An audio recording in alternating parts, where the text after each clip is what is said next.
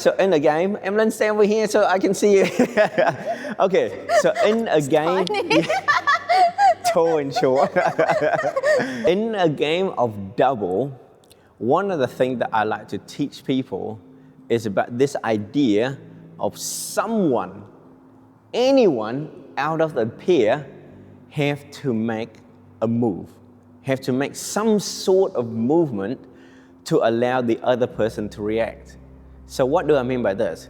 So let's say if Lynn and Joe in a double formation, side-by-side formation, right? Right?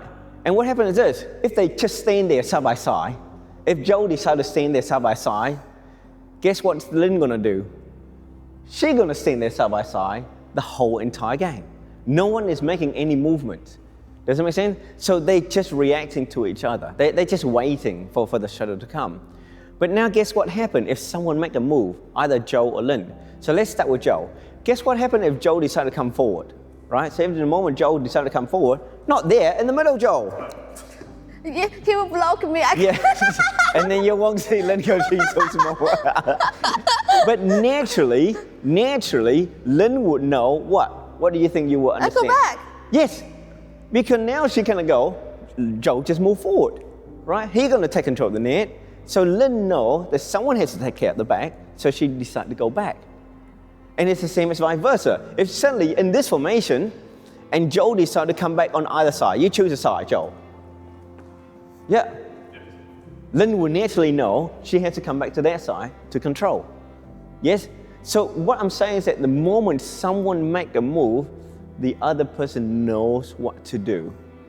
It's when you have two people don't do anything, like literally do nothing, and all they do is play side by side. And trust me, I see this a lot, especially not in mixed double as much, because with mixed double, typically the female will run to the front. But in a game of main double, right?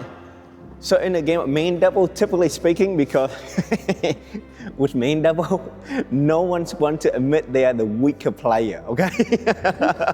Right? So in a game of main double, everybody wants to hit everything, right? Because when you're at the front of the net, because what you have to realize, if you go to the front of the net, statistically speaking, you're only hitting maybe about 20 to 30% of the shots, right? Because most of the shot will get left or too fast for you. So you just sit here, you do nothing. So what they tend to do is that they kind of go, I don't want to go to the front of the net, I want to hit more shot, I'm just going to stay here.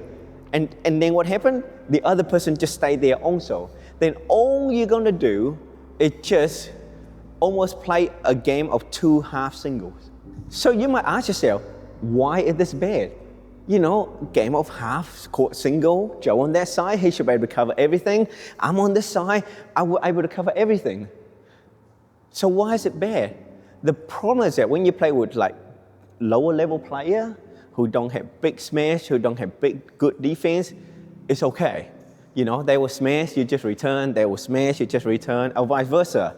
It's a very, very simple game. But as you get better player, because what happens is this, if we play side by side, and on the other side, they play front and back, and they smash to us. And if we block, and we don't do a good block, that front person is going to smash back to us, and we're going to lose a point. So then suddenly, when you play this kind of position here, while it's easier for us to cover the shot, the biggest thing that we're sacrificing, do you know what it is? No. What do you sacrifice when you play side by side? Do you know, Emlyn? You lose the control of the front court. Naturally, when you play side by side, this is a huge space that we are not protecting. We can reach a shuttle, don't get me wrong, but if we reach a shuttle, it will likely to be down here, which means we have to lift. So we are constantly defending. Does that make sense? I mean, naturally, side by side is a defensive formation anyway, right?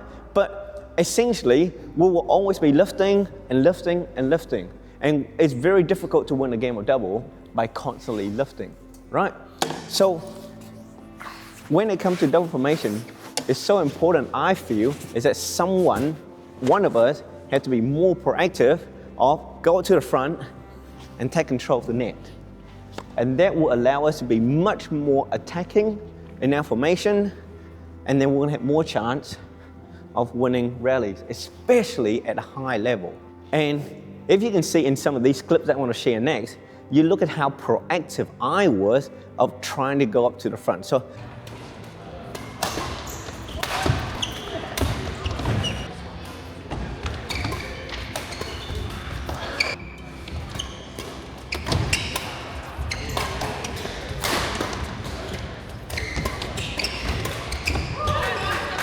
you know, I like to play at the front. I love the challenge being in front of the court.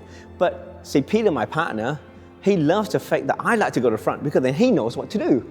He goes, yay, someone make a decision. I know what I have to do, which is to slot to the back. And I think that in this set, we won about like 6 or 7 out of 21 points by controlling the front court. That's a huge percentage of point that we just won by having someone at the front, right? And you will find the way you play is very different when someone protecting and controlling the net.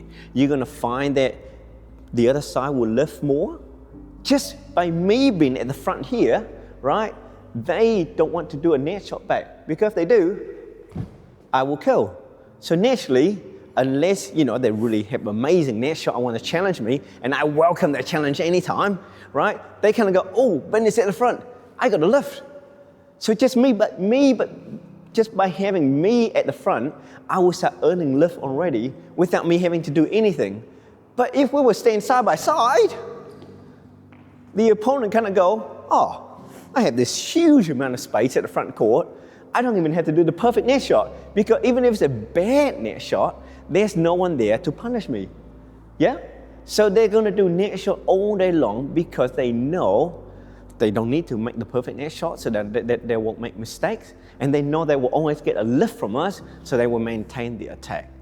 Yes? So that's why last night in a game with Joe and I, once, at least he did once, he actually went to the front of the net. Okay, twice. The second time he timed it completely wrong and we lost a point.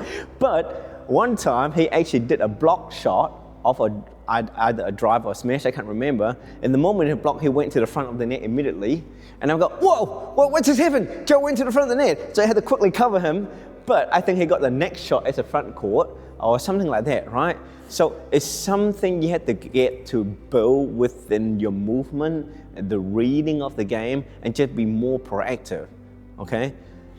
I'm quite fast, you know, footwork-wise, so I rush to the net quite quickly, but it's just because I'm always looking for that opportunity. So one of the mantra, oh, that's a new word I learned today, mantra. One of Ben's mantra, Coach Ben's mantra is this: hunt the shuttle.